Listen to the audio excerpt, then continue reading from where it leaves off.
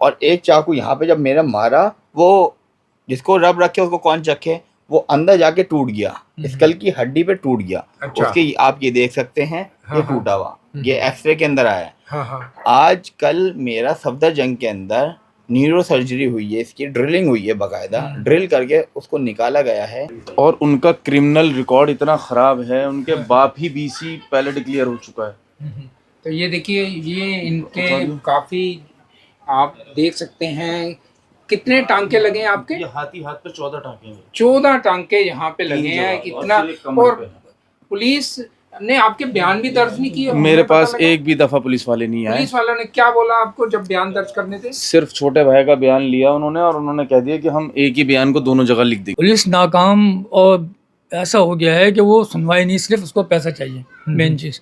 तो अब भी यही हुआ कि उसको सिर्फ पैसा चाहिए। तो आपको क्या लगता है कि इस मामले में भी कहीं लेन देन हुआ है? हुआ है, 100% हुआ इसमें लेना। हाँ। क्योंकि सारी जो उसने दफाएं लगाई हैं सब गलत और दफाएं उनकी तरफ से भी क्रॉस FIR हो गई।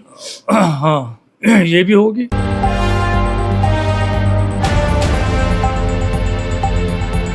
नमस्कार, सच न्यूज़ 24/7 में आपका स्वागत है। मैं हूं प्रोफेसर अशोक अरोड़ा संजय तलवार के साथ। आज हम यहां पे चावड़ी बाज़ार में आए हैं। यहां पे एक घटना घटी है, ऐसी घटना घटी है कि आप हैरान हो जाएंगे।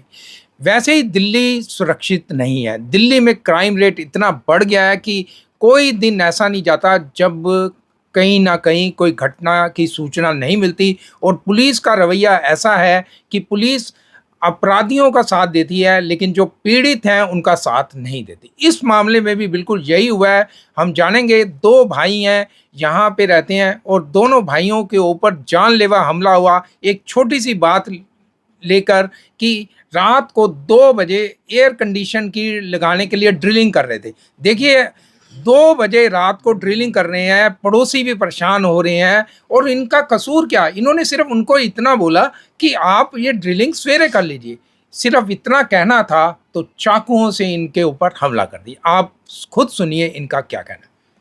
सर, पहले अपना नाम बताइए। सर, मेरा नाम दानिश। दानिश, उस दिन रात को किस डेट की घटना है और क्या हुआ था? सिर्फ 5 जून के सुबह रात के 2 बजे की घटना है। सुबह 2 AM रात को ड्रिलिंग हो रही थी। बच्चे रोने लगे तो उनको मना करा गया जाकर कि भाई बच्चे परेशान हो रहे हैं, रो रहे हैं, डर रहे हैं, ड्रिलिंग हो रही है, आप सुबह जितने चाहे उतना काम कर लीजिएगा, रात के वक्त आप ये काम नहीं करिए।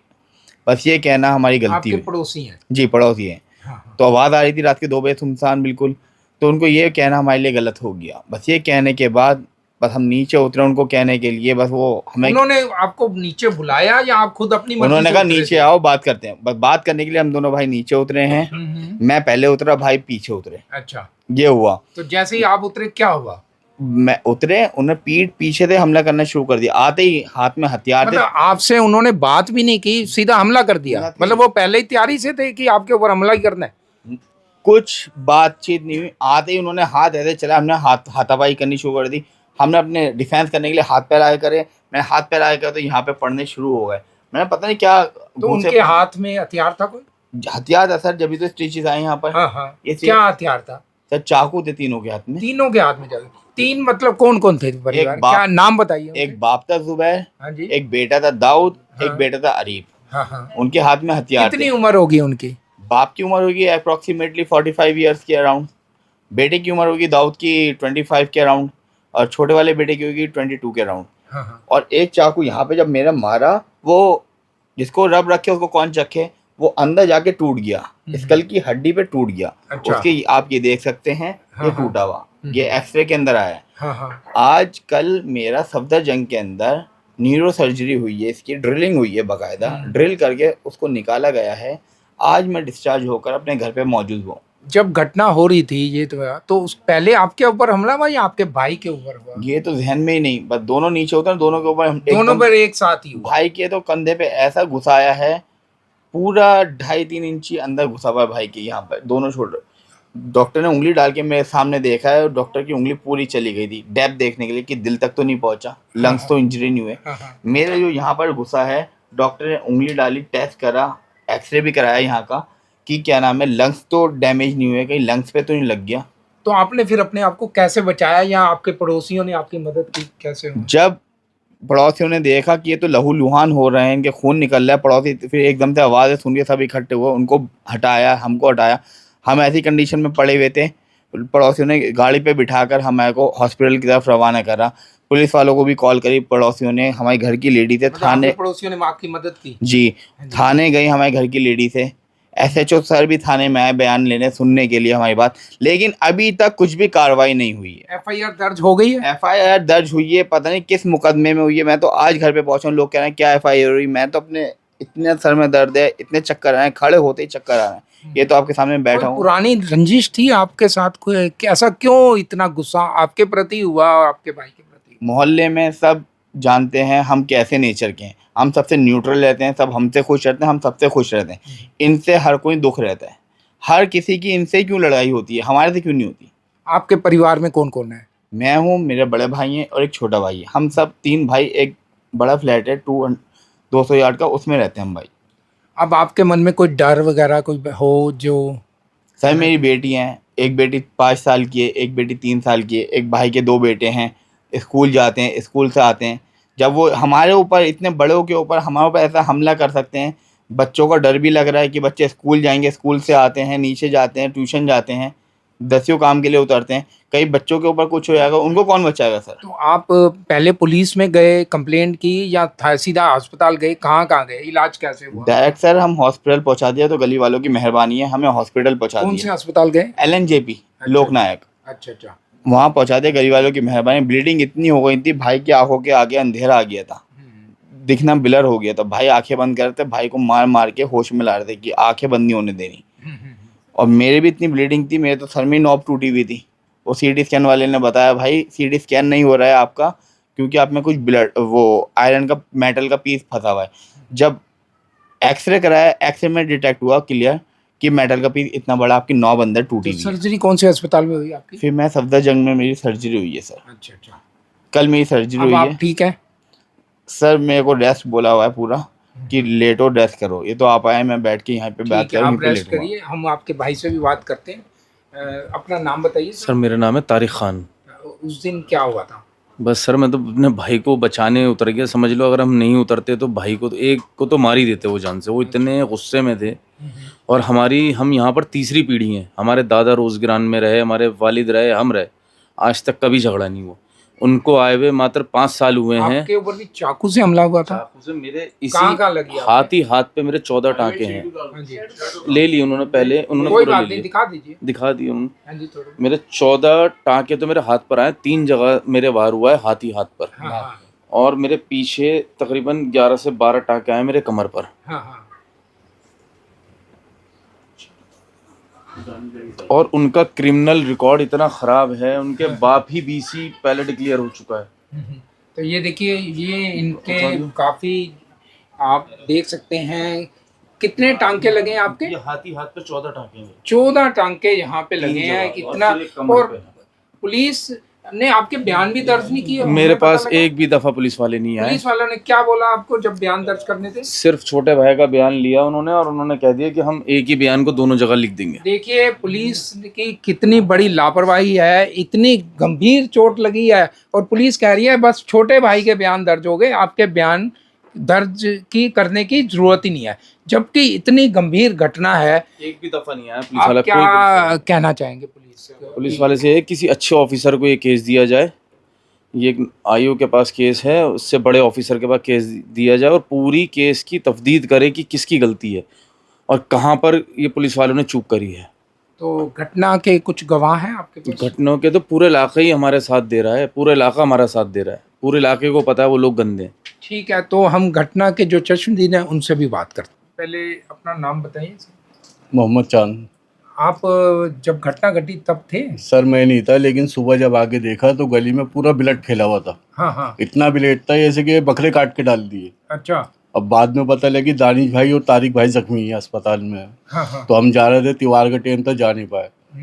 जो पता लगा कि झगड़ा इनसे हुआ है तो हमने किए, तो पुराने झगड़ू आदमी हैं। पहले भी, आज से कोई लगभग 4 साल पहले इनकी बेटियों ने और इनकी वाइफ ने पार्क इनको लेके झगड़ा करा था इसी गली में। ये यूसुफ भाई के वालिद के। अच्छा जी। तो आपका क्या नाम? यूसुफ, मोहम्मद यूसुफ। तो आप थे मौके वारदात? जो अभी झगड़ा हुआ है इनका, तारिक भाई का और दानिश भाई का, तो उस टाइम हम जो है नीचे उतर कर आ ही रहे थे, तो उस टाइम तक उन्होंने इनके मार दी थी और हमने देखा कि खूब लड़ाई हो रही थी और जो है वो वार कर रहे थे। हाँ हाँ तो वार कर रहे थे तो ये इनके बचाव में तो कुछ भी नहीं था इनके पास, हाँ हाँ ठीक है। तो ये लोग ज़मीन पे पड़े हुए थे और ब्लड फैला हुआ था। हाँ हाँ हाँ। जी। आपका नाम क्या? फारूक खान। अच्छा अच्छा। आप ने देखा, क्या देखा था उस दिन, क्या घटना हुई थी? उस दिन घटना जो हुई थी वो इस तरीके की घटना थी, कोई इतना बड़ा मसला नहीं था जो ऐसी घटना होती। ये छोटा सा मसला था ड्रिल मशीन का, कोई इतना बड़ा इशू नहीं था इस पर। तो उन्होंने आते ही जो कहा नीचा नीचा, तो नीचे गए तो तारिक भाई बात करने गए, तो उन्होंने बात करने का तो मौका देखा नहीं, उन्होंने फ़ौरन हमला करना शुरू कर दिया।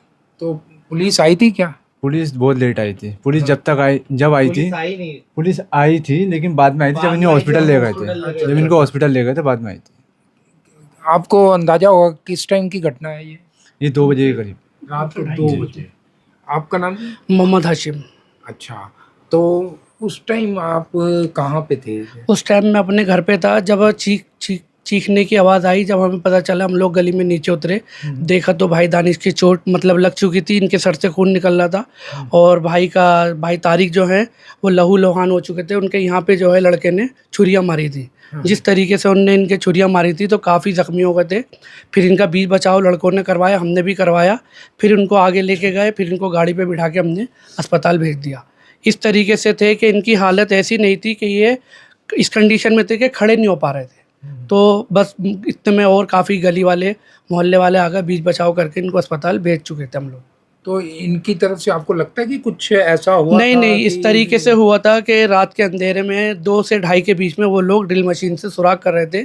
सुनने में ये आया कि भाई मत करो क्योंकि आधी रात हो गई है, लोग बाग सोते हैं। और जिस तरीके से मतलब उन्होंने मना करा, चीख चिल्लम हुआ और फिर उसके बाद लोगों ने एतराज़ करा कि भाई इन्होंने भी एतराज़ करा कि भाई ऐसा नहीं होना चाहिए, आधी रात है।